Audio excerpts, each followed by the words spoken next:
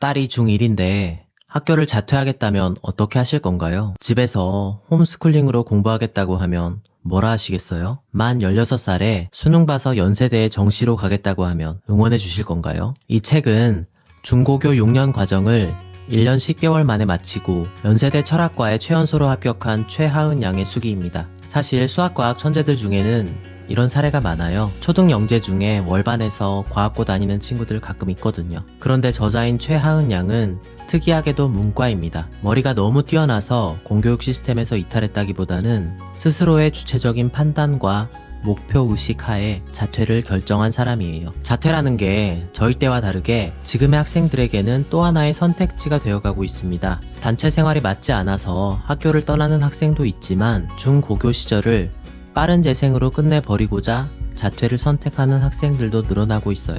학교 울타리를 벗어난다는 게 처음에는 자유롭고 해방감도 느끼겠지만 분명 외롭거든요.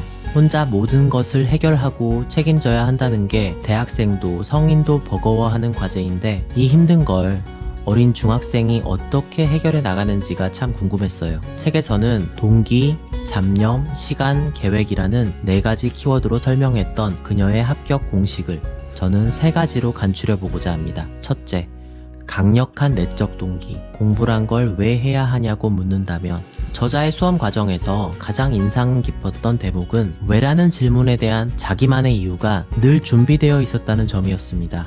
이를테면 왜 자퇴를 하는가? 지식을 수동적으로 받아들여야 하는 공교육보다는 나 스스로 주도적으로 학습할 수 있는 홈스쿨링이 효율적이라고 생각했다. 왜 수능을 보기로 했는가?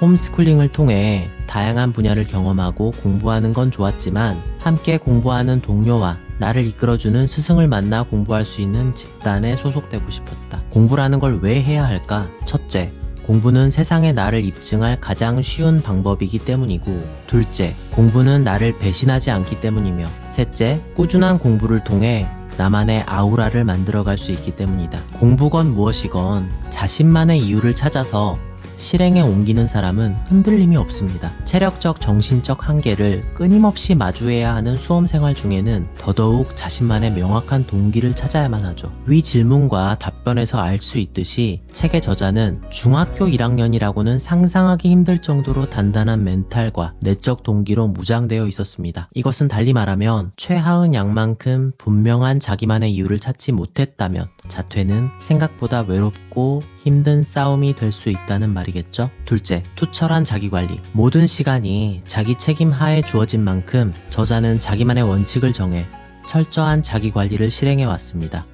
홈스쿨링 3대 원칙, 16대 2대6 시간관리법, 인강 속청 공부법, 삼색 필기법 등 나에게 맞는 공부법을 설계하여 적용하고 실천한 점이 무척 인상 깊었어요. 개인적으로는 휴식 2시간을 기어코 사수함으로써 번아웃을 방지한 점이 참 훌륭하다고 느꼈습니다. 공부는 알다시피 장기전이고 온종일 공부하느라 지친 나를 달래고 위로할 수 있는 시간은 다음 날을 위해 꼭 필요한 재충전이 될 수 있기 때문이죠. 셋째, 굿바이 스마트폰. 아무리 의지가 강해도 주변에 방해물이 많다면 무너지기 마련이죠. 방해물을 이겨내기 위해 참고 노력하는 것조차 에너지 낭비이기 때문에 방해물을 제거해버리는 게 가장 좋은 방법입니다. 이걸 알지만 이미 우리 모두가 너무나도 스마트폰에 중독된 탓에 스마트폰과 작별하기란 정말 쉽지 않습니다. 최하은 양의 성공적인 수험 생활에 있어 가장 주요했던 원인은 바로 스스로의 결단으로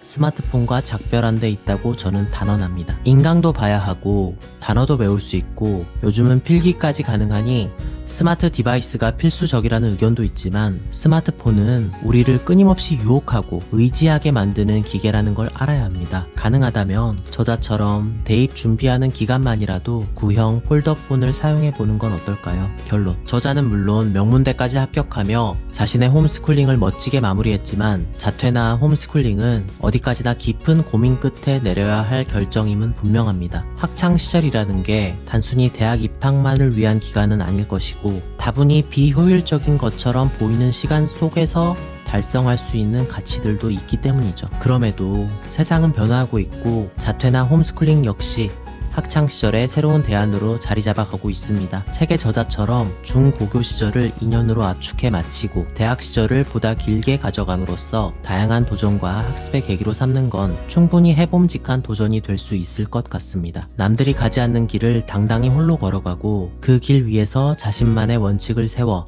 하루하루 성실하게 살았던 저자의 꽉 찬 2년이 참 인상 깊었던 책이었습니다. 저도 최하은 양처럼 언제나 스스로 동기부여할 수 있는 사람이 돼보자고 다시 한번 다짐해봅니다. 오늘 영상은 여기까지입니다. 도움이 되셨다면 구독 및 좋아요 부탁드리고요. 시청해주셔서 감사합니다.